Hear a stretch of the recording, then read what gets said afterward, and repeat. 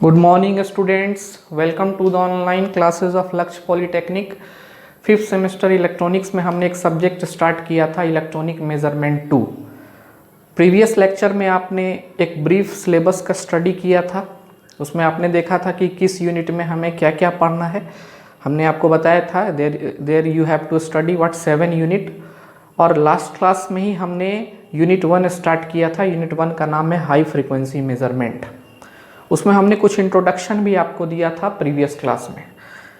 तो हम लोगों ने हाई फ्रीक्वेंसी मेजरमेंट में मैंने सबसे पहले आपको एक लाइन बताया था कि इसका नाम होना चाहिए था इस यूनिट का measurement eight high frequency.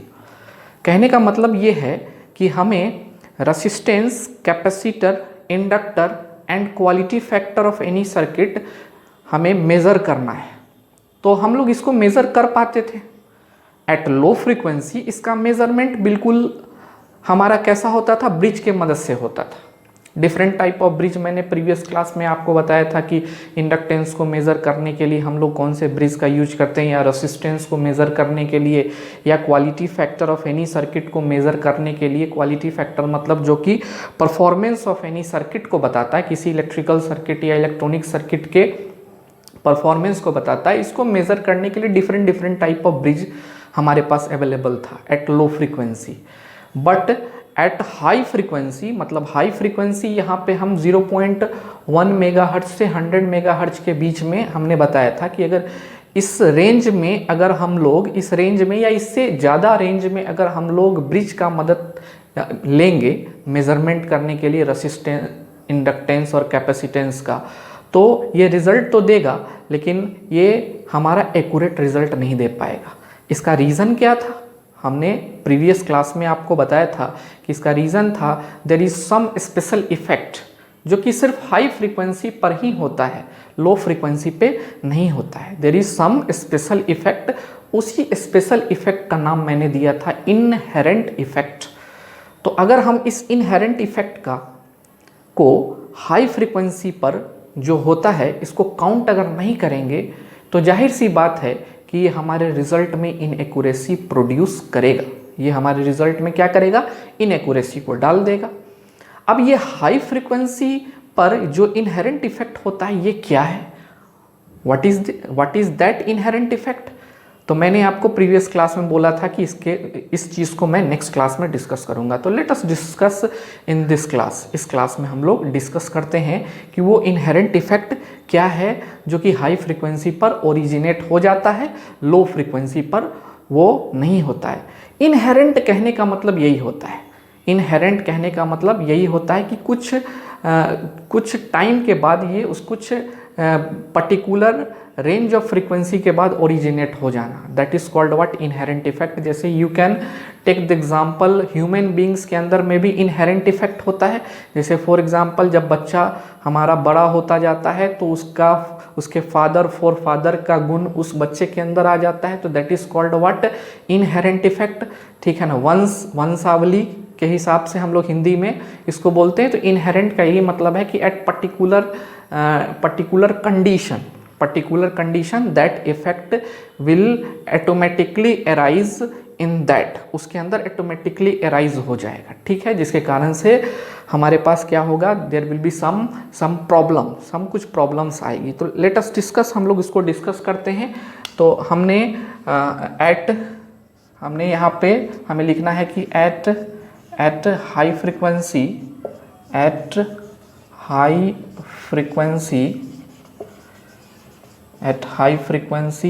0.1 megahertz to 100 megahertz there is some special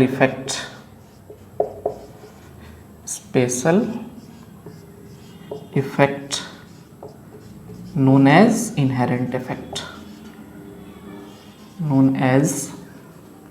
we can write inherent effect।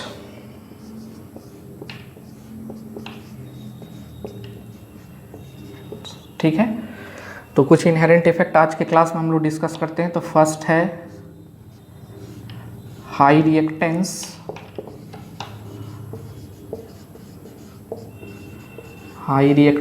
Due to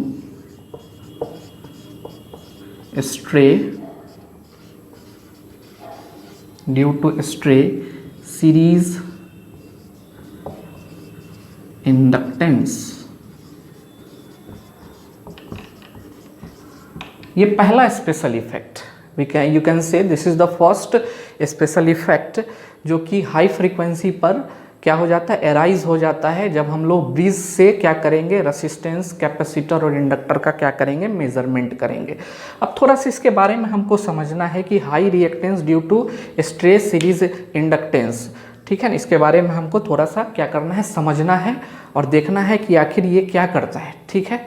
तो सबसे पहले मैं आपको बताना चाहता हूँ कि अगर आप अपने एग्ज़ाम में क्वेश्चन को देखेंगे तो एक क्वेश्चन तो आपको यहीं से बन जाता है, यहाँ से high reactance due to stray series inductance. मतलब इस बात का आपको यहाँ ध्यान रखना है कि हाई रिएक्टेंस किसके कारण जनरेट होता है, तो स्ट्रे सीरीज इंडक्टेंस के कारण हाई रिएक्टेंस जनरेट होता है। मतलब कि एग्ज़ाम में आपसे ऑब्जेक्टिव में क्वेश्चन पूछता है यहीं से कि हमारा स्ट्रे सीरीज इंडक्टेंस क्या करता है, तो हाई रिएक्टेंस को क्या करता है, जनरेट करता है। अब देखिए मैं यहाँ पे इस चीज़ को समझाने के लिए एक ब्रिज का डायग्राम बनाता हूँ। तो let us draw the diagram of bridge.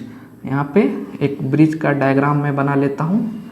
Suppose that इसको मैं इम्पीडेंस दिखाऊंगा। This is, you can take एक ब्रिज आप ले लें, आप कोई सा भी एक ब्रिज बना ले समझाने के लिए। ये हमारा एक ब्रिज है और ये डिटेक्टर है मेरा। दिस इज योर ब्रिज, ठीक है। इसका कनेक्शन हम कर देंगे फर्दर। मान लो मैंने इसका कनेक्शन कर दिया है यहाँ पे, तो ये हमने कनेक्शन कर दिया। लेट अस से ये हमारा हो गया Z1, this is what Z2, this is Z3 और दिस इज व्हाट Z4। एक सिंपल मैंने कोई एग्जांपल ले लिया है मेजरमेंट करने के लिए। हमने क्या किया, एक ब्रिज ले लिया, लो फ्रीक्वेंसी पे ये ब्रिज का हमने लिया। लेकिन जैसे हम हाई फ्रीक्वेंसी मेजरमेंट करेंगे तो आप देखिए होगा क्या कि हाई रिएक्टेंस मीन्स जैसे आप हाई फ्रीक्वेंसी की बात करेंगे तो कोई भी आप आर्म ले लीजिए। सपोज दैट ये आर्म ले लीजिए आप, तो अगर हम ये आर्म लेंगे तो यहाँ पे हाई फ्रीक्वेंसी पर क्या होगा, एक सीरीज में एक इंडक्टेंस का क्या होगा, जनरेशन हो जाएगा। This is at the high frequency. अब ये हाई फ्रीक्वेंसी पर ये सीरीज में इंडक्टेंस का जो जनरेशन होगा, सपोज दैट इसका जो हमारा रिएक्टेंस है, suppose that it is what XL और ये L इंडक्टेंस का जनरेशन हुआ, या you can take the example of what L0, ठीक है। तो ये इंडक्टेंस कहाँ पे जनरेट होगा, कहाँ पे, तो सीरीज में होगा। कहीं भी अगर मान लो यहाँ पे होगा तो सीरीज में होगा, यहाँ पे होगा तो सीरीज में होगा, यहाँ होगा सीरीज में होगा, यहाँ होगा सीरीज में होगा। तो जब भी हाई फ्रीक्वेंसी पर ये इंडक्टेंस जनरेट होगा तो कहाँ पे होगा, सीरीज में होगा, तो सीरीज में होगा। तो आप देखिए कि पहले इसका रिएक्टेंस, पहले इसका इम्पीडेंस कितना था, Z2, लेकिन इसके रिएक्टेंस के कारण इसका टोटल इम्पीडेंस क्या हो गया, बढ़ गया। इसका टोटल इम्पीडेंस क्या हो गया, बढ़ गया। अगर आप इसको काउंट नहीं करोगे, सिर्फ इसको काउंट करोगे, सिर्फ अगर Z2 को आप काउंट करोगे या Z1 को काउंट करोगे या Z4 को काउंट करोगे और ये XL को नहीं काउंट करोगे, तो क्या होगा, जाहिर सी बात है कि ये हमारे मेजरमेंट में क्या डालेगा, एरर डालेगा, ये मेजरमेंट में इनएक्यूरेसी डालेगा। पहली बात, सबसे पहला बात क्या है कि अगर आप इसको काउंट नहीं करते हो, ये जो सीरीज में क्या हो गया हमारा इंडक्टेंस आ करके ऐड हो गया इसमें, अगर आप इसको काउंट नहीं करते हो तो आपको क्या होगा, ये इनएक्यूरेसी प्रोड्यूस करेगा। स्ट्रे का मतलब होता है अनवांटेड, स्ट्रे का मतलब क्या होता है, अनवांटेड। ठीक है, ये हमारे लिए वांटेड नहीं है, मेजरमेंट में ये हमारे लिए वांटेड नहीं है, ये मेजरमेंट में मेरे लिए अनवांटेड है। तो पहला क्या रीज़न है, पहला रीज़न है कि हमने इसको काउंट नहीं किया तो इसने इनएक्यूरेसी प्रोड्यूस कर दी। नाउ लेट अस सेकंड, हम एक बात और बताते हैं, let us see it's reactance, इसके द्वारा कितना रिएक्टेंस प्रोड्यूस होगा, तो इसके द्वारा जो रिएक्टेंस प्रोड्यूस होगा वो होगा हमारा ओमेगा एल नॉट। कितना होगा, ओमेगा एल नॉट। और अगर इस ओमेगा एल नॉट को हम अगर देखें तो ये क्या आ जाएगा, 2 पाई एफ इंटू वट एल नॉट। तो अगर हमसे कोई पूछेगा कि जो स्ट्रे सीरीज इंडक्टेंस जन 2 पाई एफ इंटू वट एल नॉट, तो अगर हमसे कोई पूछेगा कि जो स्ट्रे सीरीज इंडक्टेंस जनरेट हुआ था उसका रिएक्टेंस कितना है, तो उसका रिएक्टेंस है 2 पाई एफ एल नॉट। अब आप देखो कि जैसे हम फ्रीक्वेंसी को इंक्रीज करेंगे वैसे ही ये रिएक्टेंस भी हमारा इसका क्या हो जाएगा, इंक्रीज हो जाएगा। मतलब कहने का क्या कि this reactance X L, this is directly proportional to what frequency, this is directly proportional to what frequency. जैसे जैसे फ्रीक्वेंसी में चेंजिंग आएगी वैसे वैसे मेरा रिएक्टेंस क्या हो जाएगा, इंक्रीज होता जाएगा। ठीक है, फ्रीक्वेंसी चेंज करेगा तो रिएक्टेंस मेरा चेंज करेगा। तो यही बात तो ये पहले पॉइंट में लिखा हुआ है कि high reactance due to stray series inductance, stray series inductance and एक लाइन और हम यहाँ पे ऐड करना चाहते हैं, and its variation with frequency, and its variation with frequency. मतलब फ्रीक्वेंसी के चेंज करने पे हमारा इसका रिएक्टेंस कितना हो जाएगा, इसका रिएक्टेंस क्या हो जाएगा, चेंज हो जाएगा। ठीक है, तो आप देख रहे हैं कि किस तरह से ये हमारे रिज़ल्ट में अगर हम इसको कंसिडर नहीं करते हैं तो ये रिज़ल्ट में किस तरह से इनएक्यूरेसी डालेगा, क्योंकि ये हाई फ्रीक्वेंसी पर तो ये कंसिडरेबल अमाउंट है। हाई फ्रीक्वेंसी पर आप इसको जो यहाँ पे अनवांटेड सीरीज इंडक्टेंस बन गया है आप इसको छोड़ के नहीं जा सकते हैं, आपको कंसिडर करना पड़ेगा। आप कंसिडर नहीं करोगे तो ये क्या करेगा, इनएक्यूरेसी प्रोड्यूस करेगा। और फ्रीक्वेंसी जैसे जैसे चेंज करेंगे तो ये भी चेंज होता जाएगा, इसलिए हमें इसको भी कंसिडर करके चलना पड़ेगा। किसको कंसिडर करके चलना पड़ेगा, तो स्ट्रे सीरीज इंडक्टेंस को। हालांकि ये स्ट्रे सीरीज इंडक्टेंस हमारा अनवांटेड होता है, but at high frequency you have to consider it. ठीक है, तो पहला हमारा क्या था, पहला हमारा था दिस वन। अब सेकंड हम लोग डिस्कस करते हैं। सेकंड क्या होगा, जस्ट इसी में हम लोग मॉडिफिकेशन थोड़ा सा चेंज करेंगे। सेकंड हमारा होगा low reactance due to stray shunt capacitance, low reactance due to stray shunt capacitance. तो पहला आपको क्लियर है, सेकंड हम लोग चलते हैं। सेकंड इनहेरेंट इफेक्ट क्या है, तो सेकंड इनहेरेंट इफेक्ट हम लोग देख लेते हैं। Second inherent effect is low reactance due to stray shunt capacitance and its variation with frequency, its variation with frequency। ठीक है, तो आप कह सकते हैं कि पहला इनहेरेंट इफेक्ट का जस्ट ये रिवर्स है। ठीक है ना, इंडक्टेंस स्ट्रे इंडक्टेंस कहाँ पे ओरिजिनेट हो गया था, तो सीरीज में, और स्ट्रे कैपेसिटेंस कहाँ ओरिजिनेट होगा, शंट में। ये आपको याद रहना चाहिए ये आपके एग्ज़ाम में पूछेगा ही पूछेगा। ऑब्जेक्टिव में आप प्रीवियस ईयर क्वेश्चन उठा के देखना। वैसे मैं जैसे यूनिट 1 जैसे जैसे समाप्त होगा, जैसे यूनिट 1 अगर हाई फ्रीक्वेंसी मेजरमेंट ख़त्म होगा तो हम उसके ऑब्जेक्टिव क्वेश्चन को as well as subjective question को एंड में क्या करेंगे, डिस्कस करेंगे, ठीक है।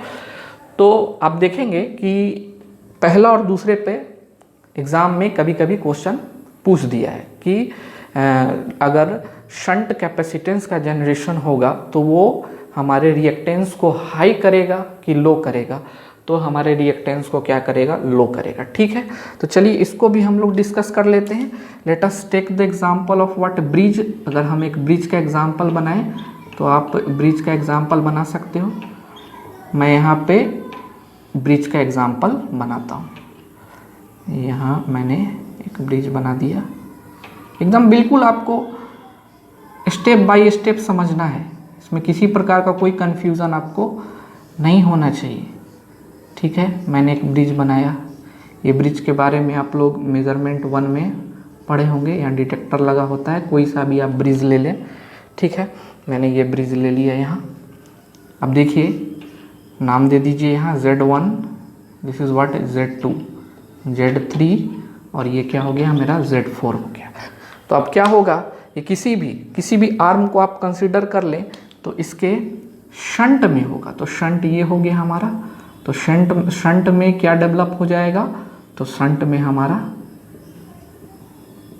स्ट्रे कैपेसिटेंस का डेवलपमेंट हो जाएगा। लेट अस से दिस इज व्हाट C0, ठीक है। डॉटेड लाइन से दिखाया है क्योंकि ये इनहेरेंट इफेक्ट है, अनवांटेड इफेक्ट है, जो कि हाई फ्रीक्वेंसी पे क्या होता है, जनरेट होता है, लो फ्रीक्वेंसी पर ये नहीं होता है।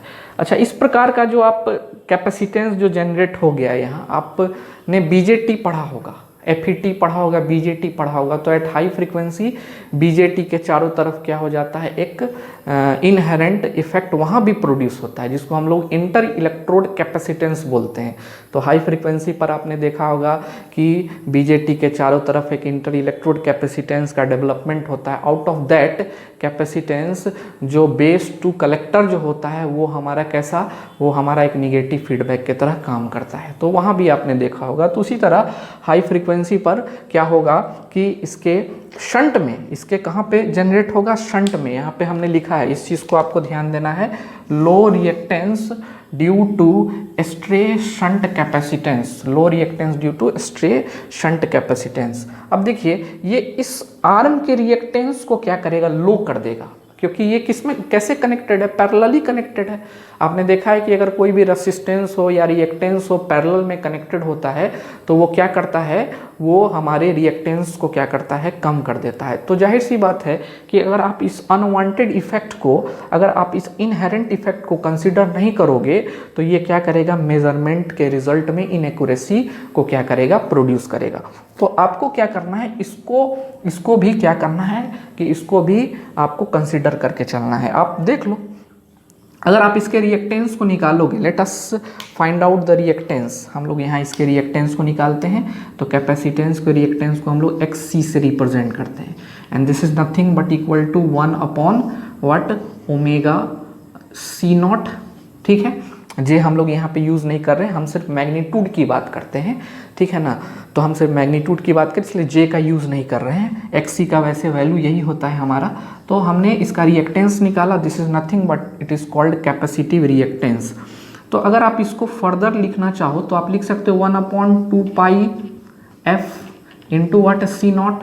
अब आप देखो कि as you increase the frequency, अगर आप फ्रीक्वेंसी को हाई करते हो तो इसका रिएक्टेंस क्या हो जाएगा, लो हो जाएगा। As you increase the frequency reactance will become but low, तो रिएक्टेंस क्या हो जाएगा, लो हो जाएगा। बहुत ज़्यादा फ्रीक्वेंसी पर, अगर मेगा हर्ज फ्रीक्वेंसी की बात करें, 100 मेगा हर्ज फ्रीक्वेंसी पर कैपेसिटर के बारे में आप जानते होंगे, पहले भी आप पढ़े होंगे कि eight high frequency capacitor short circuit हो जाता है। तो कैपेसिटर, अगर ये कैपेसिटर शॉर्ट सर्किट हो जाएगा तो कोई भी करंट इसके अंदर फ्लो होगा, नहीं होगा। अगर ये सपोज दैट अगर कैपेसिटेंस की वैल्यू अगर बहुत ही हमारा एट हाई फ्रीक्वेंसी की अगर बात करें, अगर फ्रीक्वेंसी को बहुत ज़्यादा हाई कर दें तो इसका रिएक्टेंस बहुत कम हो जाएगा, और इसका रिएक्टेंस कम हो जाएगा तो ये कैसा बिहेव करेगा, ये शॉर्ट सर्किट की तरह बिहेव करेगा, और शॉर्ट सर्किट की तरह बिहेव करेगा तो सारा का सारा करंट यहाँ से यहाँ फ्लो हो करके इस तरह से यहाँ निकल जाएगा। No current will be go to what this Z2 impedance, और यहाँ पे Z2 इम्पीडेंस पर अगर कोई भी करंट नहीं जाएगा तो ये Z2 इम्पीडेंस हमारा किसी काम का नहीं है, ठीक है। और हमारा मेज़रमेंट में ये चारों हमारे जो भी हमारे मेज़रमेंट करते हैं, एक अननोन रेसिस्टेंस को हम लगाते हैं, तो अगर इसका वैल्यू अगर आपको नहीं पता होगा तो आपको क्या हो जाएगी, प्रॉब्लम हो जाएगी, वहाँ पे दिक्कत आ जाएगी। तो इस तरह से आपने देखा कि हमने आपको बताया कि दो हमने इफ़ेक्ट आपको बताया है। पहला इफ़ेक्ट था high reactance due to stray series inductance and variation with frequency, और दूसरा मैंने आपको बताया low reactance due to stray shunt capacitance and its variation with frequency. आप देख रहे हैं कि जैसे जैसे फ्रीक्वेंसी चेंज होगा इसका रिएक्टेंस भी क्या होगा, वेरी करेगा, ठीक है ना, इसका रिएक्टेंस भी वेरी करेगा। और अगर आप इसको कंसिडर करके नहीं चलेंगे तो आपके मेज़रमेंट में, आपके रिज़ल्ट में कहीं ना कहीं इनएक्यूरेसी वहाँ पे प्रोड्यूस होगी। तो ये दो बातें आपको क्लियर हो गई, दोनों बातों को आपको क्या करना है, ध्यान रखना है, ठीक है, भूलना नहीं है, क्योंकि ये ऑब्जेक्टिव क्वेश्चन इसके ऊपर बनता है, बार बार मैं बोल रहा हूँ, ठीक है। नेक्स्ट तीसरा इसका इनहेरेंट इफेक्ट क्या होगा, इस चीज़ को हम लोग डिस्कस करते हैं, आप इसको नोट डाउन करें।